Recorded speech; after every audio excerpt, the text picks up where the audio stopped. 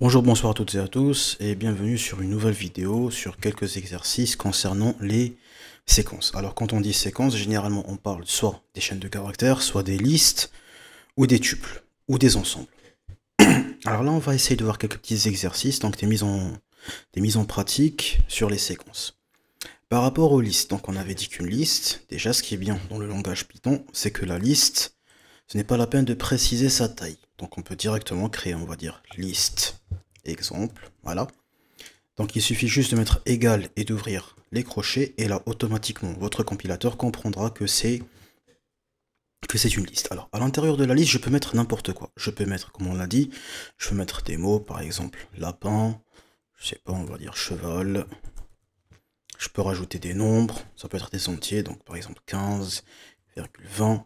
Ça peut être aussi des réels, voilà. Donc réel toujours séparé avec un point. Comme ça peut être aussi des structures booléennes. Très bien. Maintenant, si je veux accéder à tel ou tel élément, il suffit juste d'écrire, donc, là c'est pour afficher print, le nom de la liste en question. J'ouvre les crochets et là je donne l'index. Alors l'index, il faut savoir que je commence à partir de 0. Donc si je veux accéder à cheval, ça va être le numéro 1. 0, 1, 2, 3 et ainsi de suite. Donc cheval, ça sera 1. Très bien. Si j'exécute, donc là, qu'est-ce que je vais avoir? Voilà. Je vais avoir le terme cheval. Ce qui est bien aussi avec liste, c'est que je peux créer par exemple des listes sur plusieurs dimensions. Donc par exemple, si c'est une matrice avec des colonnes et des lignes, donc il suffit juste de mettre à l'intérieur de chaque élément, au lieu d'avoir un simple type de variable, un variable de type simple, donc comme une chaîne de caractères ou un entier ou un booléen, qu'est-ce que je vais mettre? Je vais mettre une liste. Donc là, je vais effacer ça. Et je vais dire, par exemple, au lieu d'avoir ces éléments, je vais avoir une matrice. Une matrice avec 3 lignes et, par exemple, 4 colonnes. Donc si j'ai 3 lignes, ça va être ça, ma première ligne. Ensuite, donc là, vous allez saisir par ligne. Ça va être ma deuxième ligne. Ça va être ma troisième ligne. Et voilà. Ensuite, j'ai dit que j'avais 4 colonnes. Donc, dans chaque ligne, je vais mettre plusieurs numéros. Donc, par exemple, je vais mettre le numéro 20, numéro 5 et le chiffre 8. Et je rajoute encore un 6. Donc là, vous voyez, ça, c'est la première ligne. La première ligne qui est composée de 4 éléments. Donc, j'aurais pu mettre aussi donc, tous les éléments sur la même ligne, mais juste par souci de visibilité et pour mieux pouvoir modéliser la chose, donc j'ai mis sur plusieurs lignes. Très bien. Donc là, on va dire par exemple sur la deuxième ligne, je vais mettre le chiffre 11, pardon. 11, ça peut être aussi des réels, 5.5, 12, 10.75. Ça, c'est la deuxième ligne. Donc la deuxième ligne est composée ici de 1, 2, 3 et 4 éléments. D'accord? Faites attention, le point c'est pour dire un réel. Ensuite, la deuxième ligne, donc on va dire juste 1, 2, 3 et 4. Très bien. Maintenant, si je veux par exemple afficher, on va dire le numéro 1. Donc là, vous voyez qu'est-ce que j'ai. Le numéro 1 se trouve où? Se trouve dans la troisième ligne, première colonne. Donc si je veux afficher ce chiffre-là, donc je mettrai en commentaire, afficher le chiffre 1. Donc qu'est-ce que je vais mettre? Je vais mettre bien sûr un print. Voilà. Print list exemple. Et dans liste exemple, là, qu'est-ce que je vais faire? Je vais avoir deux dimensions. La première dimension, ça va être quoi? Ça va juste pour citer la ligne. D'accord? Donc le numéro 1 se trouve dans 0, 1, 2. N'oublions pas que le premier index, c'est 0. Donc là, je me trouve dans la deuxième ligne. Par contre, la deuxième ligne est composée de 4 éléments. Et le numéro 1 se trouve dans la position 0. Donc là, je ne vais pas écrire 2,0 dans le même crochet. Non. Qu'est-ce que je vais faire? Je vais afficher le 2. Ensuite, la deuxième dimension, puisque c'est une matrice, ça va être quoi? Ça va être 0. Pourquoi 0? Parce que le chiffre 1 se trouve à la position 0 de la deuxième ligne. Maintenant, si je lance en print, voilà, donc je vais avoir le chiffre 1. Si par exemple, on va dire que je voulais afficher, un autre exemple, on va en faire 2 ou 3, afficher le chiffre, par exemple, on va dire le chiffre 12. D'accord? Donc c'est pareil, ça va être un print, toujours. Par contre, là je suis quoi? Je suis où? 0, 1. Donc je suis au niveau de la première ligne. Imaginons que maintenant, je vais accéder au 12. Donc le 12 se trouve donc là. 0, 1, 2. Donc ça sera première ligne, non plutôt deuxième ligne, troisième colonne. N'oublions pas que c'est toujours n plus 1. Donc si j'exécute, effectivement, je vais avoir le chiffre 12.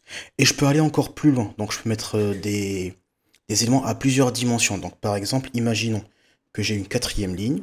Voilà. Donc je rajoute toujours mes crochets. Mais à l'intérieur de cette ligne, donc qu'est-ce que j'ai? J'ai par exemple, on va dire un mot. Donc on va dire Python par exemple. C'est le premier élément. Par contre, le deuxième élément, ça va être quoi? Ça va être une sous-liste. Une sous-liste où je vais mettre par exemple d'autres langages de programmation, par exemple Java, virgule, JavaScript, virgule, allez, on va dire C#. Très bien. Maintenant, si je veux accéder au C#, alors là, il faut faire attention parce que là, j'ai une liste à l'intérieur d'une liste, à l'intérieur d'une liste. Donc, si je veux afficher C#, qu'est-ce que je vais mettre? Donc, bien sûr, le print list, exemple. Alors, déjà, tout d'abord, cette liste se trouve dans quelle ligne? Alors, c'est là, 0, 1, 2. Donc, c'est la ligne, attendez, 0, 1, 2, 3, pardon. C'est la ligne 3. Très bien. Maintenant, au sein de la ligne 3, si vous remarquez, j'ai deux éléments. J'ai l'élément Python, et le deuxième élément, c'est une sous-liste. Donc déjà, je dois préciser où se trouve cette sous-liste. Elle se trouve dans l'élément numéro 1. Pourquoi? Parce que Python, c'est le numéro 0. Et toute cette liste, c'est le numéro 1. Très bien. C'est bon. Donc là, ça me permet quoi? Ça me permet d'accéder à cette sous-liste. Mais dans cette sous-liste, je veux accéder à C#. C#, c'est quoi? C'est le troisième élément. Donc toujours, on a dit c'est n-1. Donc c'est l'élément numéro 2. Voilà, donc pour plus de visibilité, imaginons. Voilà. Hop, je vais faire comme ça. Pour ne pas trop vous mélanger. Très bien. Donc c'est 1, 2, 0, 1, 2, 3. Donc numéro 3. Dans le numéro 3, j'ai envie d'accéder à cette sous-liste. Donc cette liste sous-liste se trouve au niveau 0, 1, donc l'index numéro 1. Et le C# se trouve à l'index numéro 2. Maintenant, si j'exécute, je vais donc avoir C#. D'accord? Très bien. Donc ça, c'est pour accéder aux listes multidimensionnelles. Les listes avec plusieurs dimensions, ou les matrices multidimensionnelles, c'est comme vous voulez, ou les tableaux. Maintenant, on va passer à un deuxième exercice. Alors, dans cet exercice, qu'est-ce que je vais faire? Je vais demander à l'utilisateur de saisir des noms. Ensuite, je vais récupérer uniquement les noms commençant par la lettre B et les rajouter dans une liste dédiée. Donc, à chaque fois, je vais demander à l'utilisateur de saisir un nouveau nom, un nouveau nom, un nouveau nom. Et chaque nom qui commencera par la lettre B sera automatiquement rajouté à la liste qui va être nommée liste B, par exemple. Très bien. Donc, tout d'abord, je vais créer une liste vide. Je vais l'appeler liste-B. Alors, c'est une liste vierge, une liste vide. Donc, pour dire que c'est une liste vide, ce que je vais faire les crochets et ne rien mettre à l'intérieur. Très bien. Alors, je vais commencer tout d'abord là. Qu'est-ce que je vais faire? Je vais boucler. Pourquoi? Parce qu'à chaque fois, l'utilisateur va saisir un nom. Donc, ça va être des opérations qui vont se répéter au fur et à mesure. Donc, dans ce cas-là, soit on utilise un for, soit on utilise un while. La différence entre les deux, donc, la boucle for, c'est quand on connaît la limite des itérations. Par exemple, on va dire que je veux répéter l'opération 10 fois. Donc, dans ce cas-là, je sais que l'opération ou les opérations vont se répéter 10 fois. Donc là, je vais utiliser une boucle for. Par contre, la boucle while, c'est quand je ne connais pas mes limites. Je ne connais pas la limite. Ce qui veut dire que je vais répéter tant que. Donc, tant que la condition est vraie, je vais la répéter. Par contre, je ne sais pas combien de fois je vais la répéter. Donc, autant mettre une boucle while. Ici, je ne sais pas combien de fois ou combien de noms va saisir l'utilisateur. Donc, je vais utiliser de préférence while.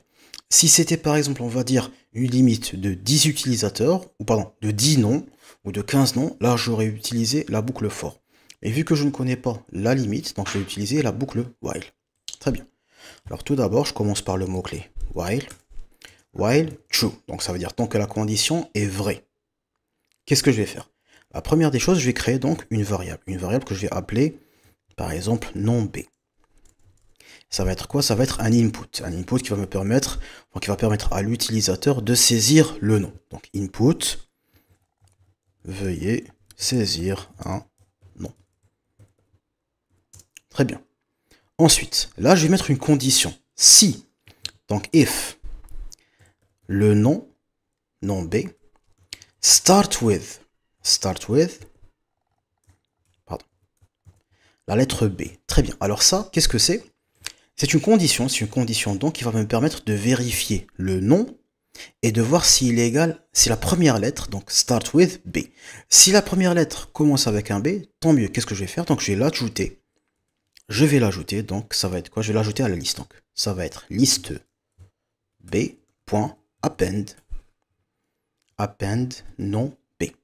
Donc je vais vérifier à chaque fois si le nom commence par un B, je vais le rajouter automatiquement à ma liste. Donc liste B, append, donc ça va me permettre donc append, donc c'est une méthode qui rajoute un mot à la fin de la liste. Très bien, on retourne à la ligne.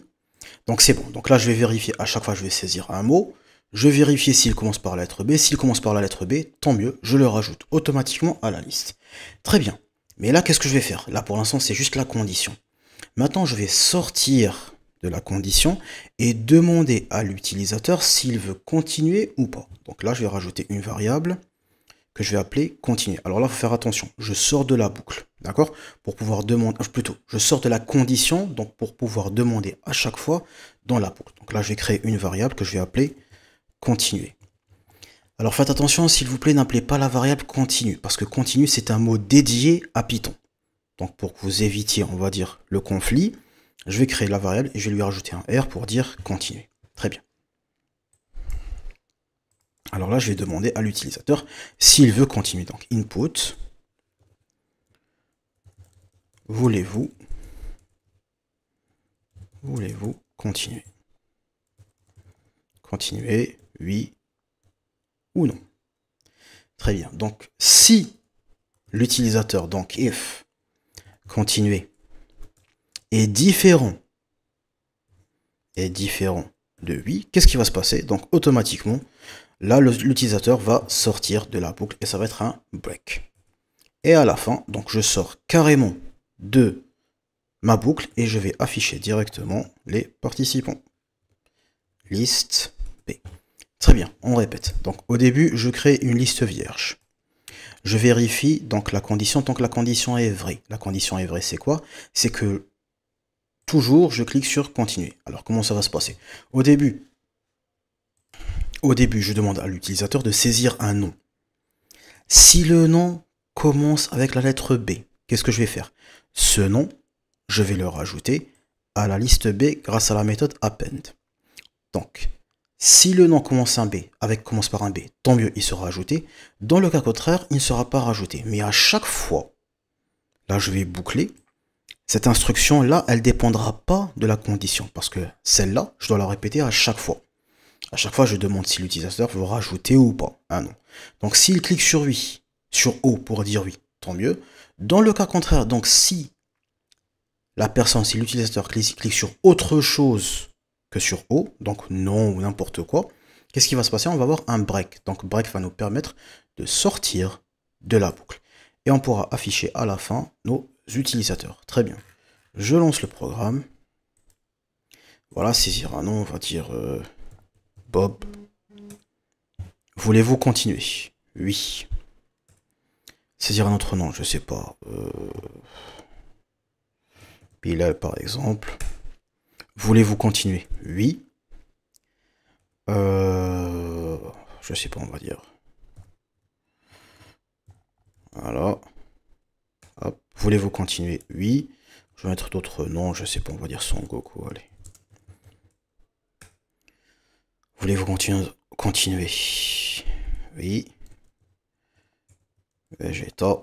Voulez-vous continuer? Non. Très bien. Alors là, si vous remarquez, qu'est-ce qui s'est passé? J'ai le nom Bob et j'ai le nom Bilal, mais ils n'ont pas été rajoutés. Uniquement le nom Badreddin. Pourquoi? Pourquoi?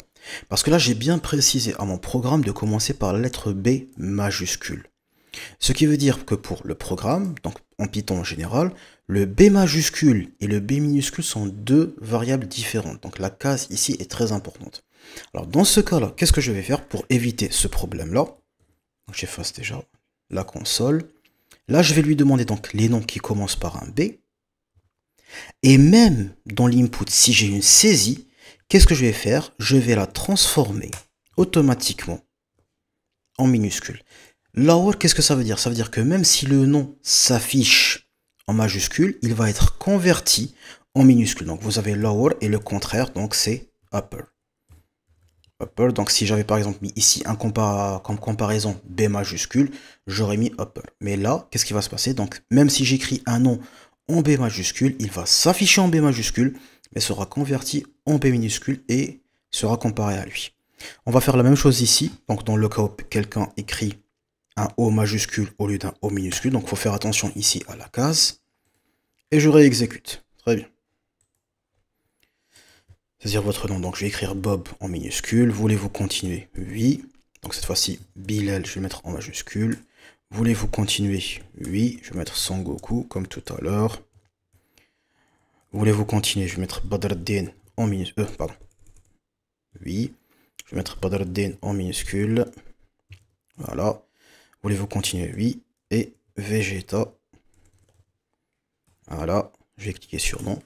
Et là, comme vous le voyez, c'est vrai que certains noms ont été saisis en majuscule, mais grâce à lower, ils seront convertis automatiquement en minuscule.